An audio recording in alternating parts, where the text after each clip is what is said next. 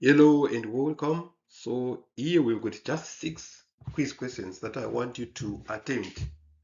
So this is uterine artery waveform analysis quiz, predicting gestational complications through spectral Doppler assessment.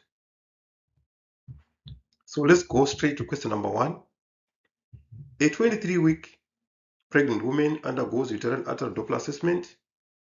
The spectral Doppler waveform demonstrates a persistent bilateral diastolic notch with an elevated mean Pulsatility Index PI, which pregnancy complication is most strongly associated with these findings. Question number 1. A 23-week pregnant woman undergoes uterine artery Doppler assessment.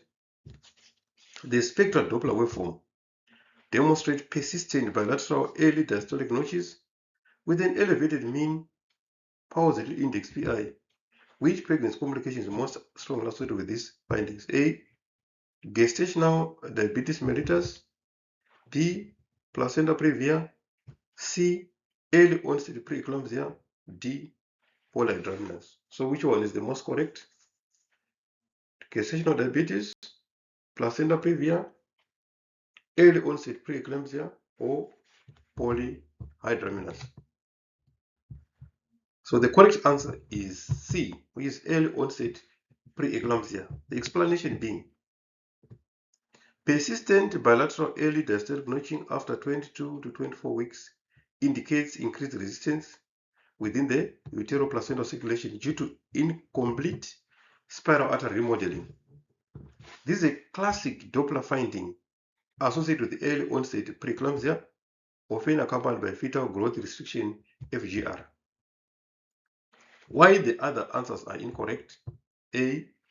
Gestational diabetes does not typically alter uterine artery Doppler waveforms. B. Placenta previa affects placental location rather than uterine artery resistance. D. Polyhydramnios is usually unrelated to uterine artery Doppler abnormalities. Question number 2. Which Doppler index is considered the most reliable parameter for uterine artery screening during pregnancy? Which Doppler index is considered the most reliable for uterine artery screening during pregnancy? A. Peak systolic velocity. B. Resistance index. C. Pulsatility index. D. End diastolic velocity. Which Doppler index is considered the most reliable parameter for uterine artery screening during pregnancy? Peak systolic velocity, resistive index, Pulsatility index, or end diastolic velocity? So the correct answer is C, the Pulsatility index, PI. The explanation: the mean uterine artery Pulsatility index, PI, is the preferred screening parameter because it reflects downstream placental vascular resistance and is the strongest predictive value for placental-mediated disorders. PI is calculated as peak systolic velocity minus end diastolic velocity divided by the mean velocity. An elevated PI suggests increased vascular resistance and impaired placental perfusion. Question number 3. During normal pregnancy, the uterine artery waveform changes because of A. Narrowing of the spiral arteries. B. Increased resistance in maternal vessels. C. Trophoblastic invasion and remodeling of the spiral arteries. D. Reduced placental blood flow. During normal pregnancy, the uterine artery waveform changes because of A. Narrowing of the spiral arteries. B. Increased resistance in maternal vessels. C. Trophoblastic invasion and remodeling of the spiral arteries. D. Reduced placental blood flow. Which one is the correct answer? So the correct answer is C. Trophoblastic invasion and remodeling of the spiral arteries. The explanation: extravillous trophoblasts invade maternal spiral arteries during early pregnancy, replacing their muscular walls with fibrinoid material. This transforms them into larger, low-resistance vessels capable of delivering increased blood flow to the placenta. This physiological body remodeling results in lower PI and RI, increased end diastolic flow, and the disappearance of the early diastolic notch. Question number 4. At what gestational age should an early diastolic notch normally disappear in most uncomplicated pregnancies? At what gestational age should an early diastolic notch normally disappear in most uncomplicated pregnancies? A, 8 weeks, B, 12 weeks, C, 24 weeks, D, 36 weeks. At what gestational age should an early diastolic notch normally disappear in most uncomplicated pregnancies? A, 8 weeks, B, 12 weeks, C, 24 weeks, then D, 36 weeks. So the correct answer is C, which is 24 weeks. The explanation. An early diastolic notch is commonly seen in the first and early second trimester due to relatively high uterine artery resistance. As placentation progresses, resistance decreases and the notch usually disappears by 22 to 24 weeks. Persistence beyond this period is considered abnormal and may indicate impaired placentation. Question number 5.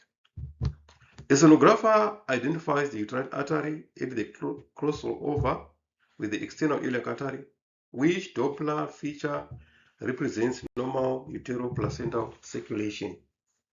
A sonographer identifies the uterine artery at the crossover with the external iliac artery, which Doppler feature represents normal uteroplacental circulation. A, high resistance with absent diastolic flow.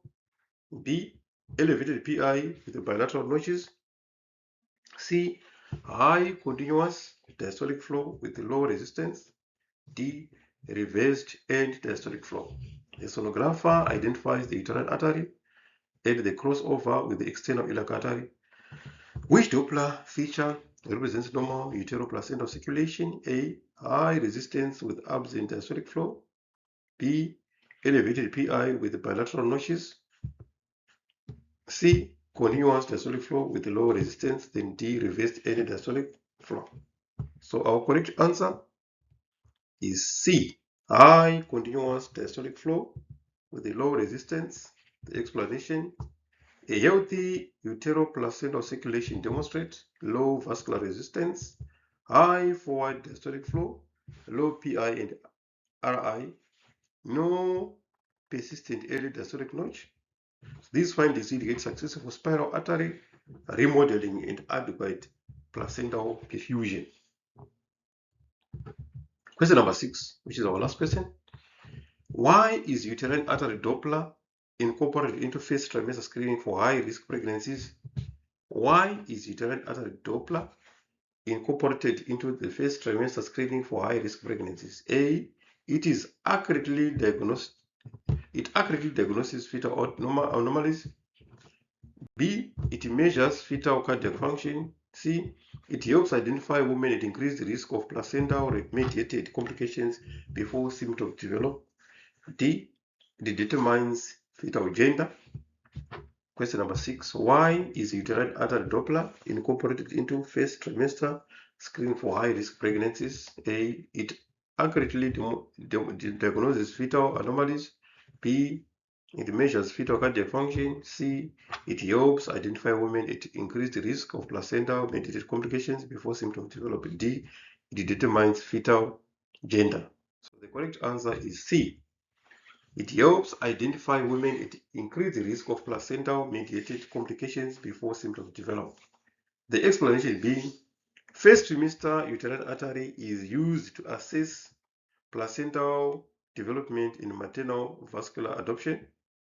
When combined with maternal history and blood pressure and biochemical markers such as PIGF and PAPPA, it improves the prediction of early onset preeclampsia, fetal growth restriction, FGR, placental insufficiency, preterm birth, and stillbirth.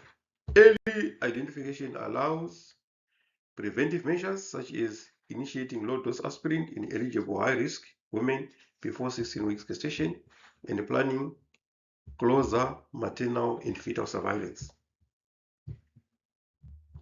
So now, this is a bonus question for you guys.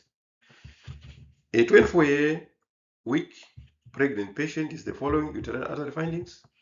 Mean PI above the 95 percentile, bilateral early diastolic notches, reduced fetal abdominal circumference below the 8th percentile.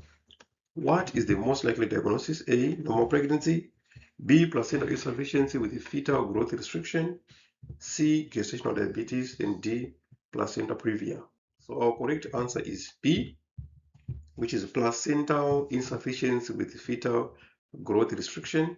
The explanation being the combination of an elevated PI, mean PI, persistent bilateral notches, and fetal growth below the 10th percentile strongly suggests placental insufficiency leading to fetal growth restriction, FGR.